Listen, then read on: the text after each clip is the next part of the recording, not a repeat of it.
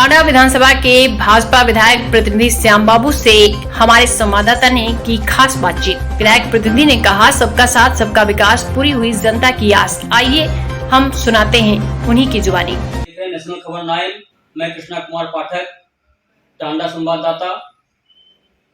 आज हम टांडा विधानसभा के एक ऐसे चेहरे से बात करने जा रहे हैं जो टांडा की आन और बान शान सभी हैं, श्याम बाबू जी। आइए हम जानते हैं उनके विषय में। जनपद अम्बेडकर नगर के सबसे बड़े हिंदूवादी नेता के रूप में आपकी पहचान है। ऐसे में आपने 2017 से 2022 तक कैसे आपने विधायक प्रतिनिधि के नाते इसको बराबर रखा है, इसके बारे में कुछ बताएंगे आप? देखिए, 2017 में भारतीय जनता पार्टी ने नारा दिया था, सबका साथ सबका विकास। निश्चित तौर पर मैं इस जनपद में राष्ट्रवादी सांस्कृतिक संगठनों से जुड़कर हमेशा हिंदुओं का पक्ष रखा, क्योंकि प्रदेश जानता है कि किस प्रकार 2012 से 2017 तक मुस्लिम आतंकवादी, मुस्लिम आतंकी, मुस्लिम गुंडे उत्तर प्रदेश में हिंदुओं को किस प्रकार उपेक्षित रखा और उनका उत्पीड़न किया। क्योंकि भारतीय जनता पार्टी का नारा सबका साथ सबका विकास था। इस दौरान मैंने पूरा प्रयास किया कि किसी के साथ अन्याय ना हो, किसी के साथ योजनाओं को देने में कोई लापरवाही ना हो। हमने नहीं देखा कि अमुक जाति का व्यक्ति है या अमुक धर्म का व्यक्ति है। हाँ, इतना जरूर है कि 5 साल के दरमियान हमारे टांडा नगर में, विधानसभा में, पूरे उत्तर प्रदेश में किसी भी प्रकार का सांप्रदायिक दंगा नहीं हुआ, और ये प्रदेश के लिए बहुत बड़ी उपलब्धि है, क्योंकि दंगा कभी किसी के लिए हितकारी नहीं हो सकता। वो सबको समान रूप से नुकसान पहुंचाने का काम करता है। हमारी योगी सरकार ने एक नारा और चरितार्थ करने का काम किया था। उन्होंने कहा था कि न गुंडागर्दी न भ्रष्टाचार, अब की बार भाजपा सरकार। साथ में हमारे मुखिया नरेंद्र मोदी जी ने कहा था, न खाऊंगा न खाने दूंगा। साथ ही उत्तर प्रदेश के यशस्वी मुख्यमंत्री ने कहा कि उत्तर प्रदेश को गुंडे माफियाओं से मुक्त कराने के लिए जो जिस भाषा में समझेगा मैं उस भाषा में उसको समझाने का प्रयास करूंगा, और उन्होंने किया भी।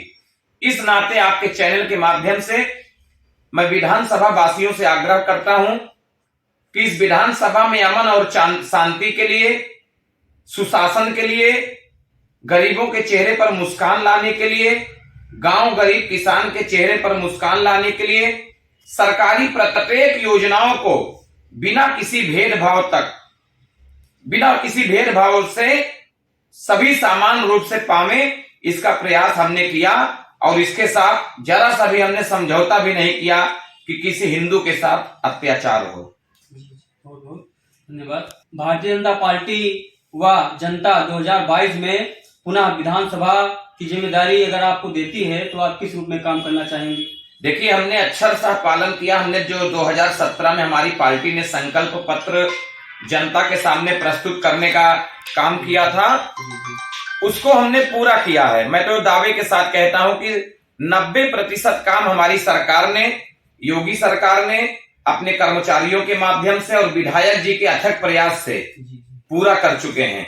इस आधार पर मैं आज 2022 में पुनः जनता के पास जाऊंगा अपना कमल का फूल लेकर, कि जिस प्रकार आजादी के बाद पहली बार क्षेत्र की जनता ने अपने आशीर्वाद से कमल का फूल खिलाने का काम किया है, वो पुनः 2022 में खिलाएगा। क्योंकि 2017 में ऐसे समय में पार्टी का कमल खिला जब 14 वर्ष हमारी पार्टी वनवास झेल कर आई थी। हमारे पास उपलब्धि बताने का कोई प्रदेश स्तर का नहीं था। हाँ, जरूर मोदी जी ने 2014 से और 2017 तक जो बिना किसी भेदभाव के सभी योजनाओं को जनता तक पहुंचाया था, वह आधार बना। और 2012 से 2017 तक जिस प्रकार समाजवादी पार्टी की गुंडई, समाजवादी पार्टी का भेदभाव करके तमाम योजनाओं को लोगों तक पहुंचाना, ये जो दिखाई पड़ा था, उससे उब कर जनता ने जिस प्रकार आशीर्वाद दिया था, मुझे पूरा विश्वास है कि टांडा विधानसभा सहित प्रदेश की सभी सीटों पर भारतीय जनता पार्टी जीतेगी और पुनः हम स्पष्ट बहुमत के साथ इस प्रदेश में भारतीय जनता पार्टी को स्थापित करने में कामयाब होंगे। जी विधानसभा वासियों को आप 2022 के महासमर चुनाव में क्या संदेश देना चाहेंगे? देखिए, मैं आपके चैनल के माध्यम से अपने विधानसभा के समस्त बंधुओं से यही कहना चाहूंगा, प्रणाम करके कहना चाहूंगा कि अब की बार ना जाना भूल, याद रखना केवल कमल का फूल, क्योंकि यही वह कमल है जिसको आपने खिलाया था। तो 2017 से 2022 तक हमने इस अपने विधानसभा को पूरी तरीके से सुरक्षित रखा, पूरी तरीके से काम हमने किया।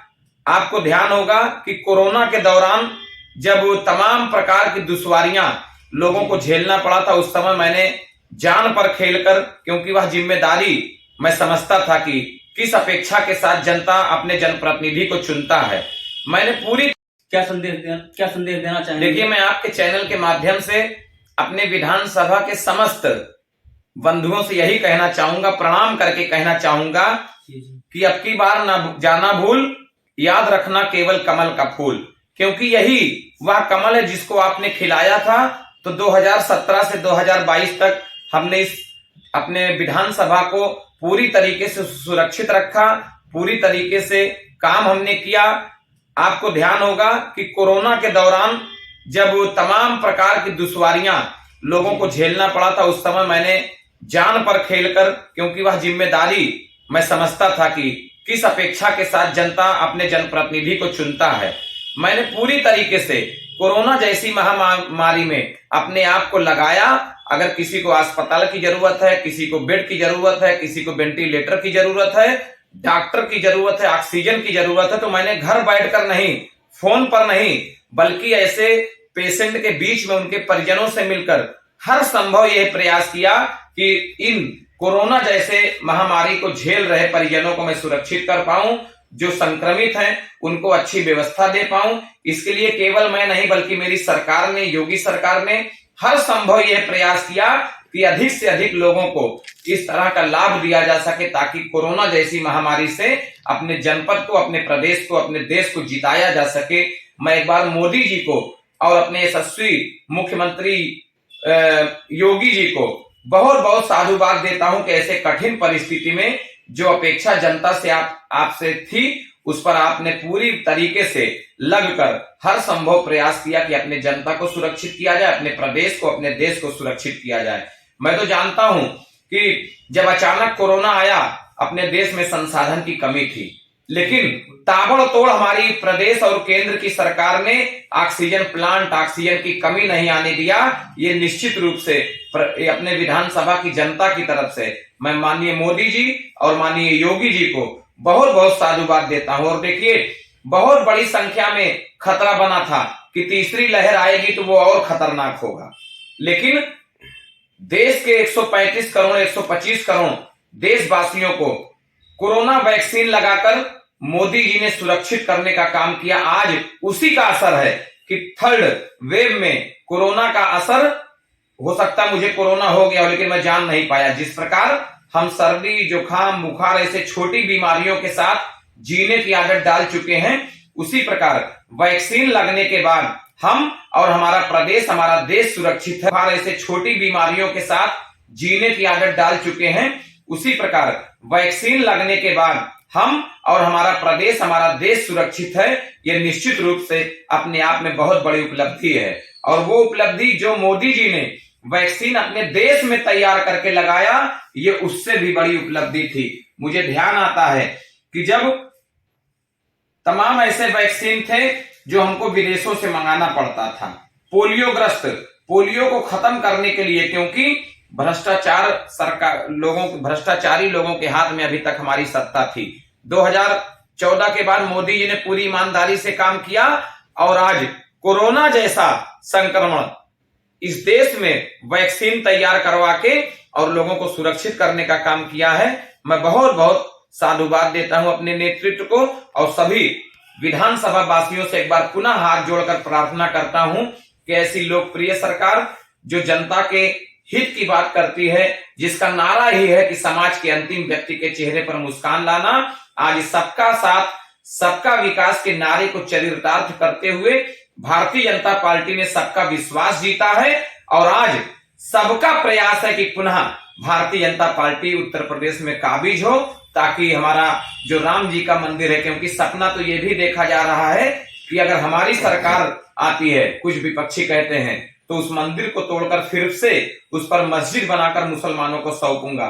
सपना तो ये भी देखा जा रहा है कि भारत तेरे टुकड़े होंगे इंशाअल्लाह इंशाअल्लाह। सपना तो ये भी देखा जा रहा कि देश में खून की नदियां बहाई जाएंगी। लेकिन इन सबको मैं खुली बात कहना चाहता हूं कि इस प्रदेश के मुखिया योगी आदित्यनाथ जी हैं, और उन्होंने जिस प्रकार गुंडे माफियाओं पर गरीबों की जमीन को छुड़वाने के लिए बुलडोजर चलाने का काम किया है, जेल में डालने का काम किया है, प्रदेश छोड़कर भागने पर मजबूर किया है, पूरी तरीके से जनता अपने प्रदेश पर गर्व करती है और यशस्वी मुख्यमंत्री पर विश्वास करती है, और पुनः भारतीय जनता पार्टी के हाथों में यह सत्ता सौंपेगी। भारतीय जनता पार्टी निश्चित तौर पर पद पैसा प्रतिष्ठा के लिए नहीं, बल्कि भारत माता को परम वैभव की शिखर पर पहुंचाने के सपने को साकार करने के लिए राजनीति करती है। ऐसे में देश की जनता, भारतीय जनता पार्टी के कार्यकर्ता एक होकर प्रदेश का उत्थान करने में अपना सहयोग प्रदान करेंगे। आपके चैनल के माध्यम से जो बंधु मुझे सुन रहे हैं उनको भी बहुत बहुत धन्यवाद देता हूं, और कृष्णा पाठक जी, आपने मेरी बात अपने चैनल के माध्यम से लोगों तक पहुंचाने का आपने काम किया, आपको भी मैं बहुत बहुत हृदय से धन्यवाद देता हूं।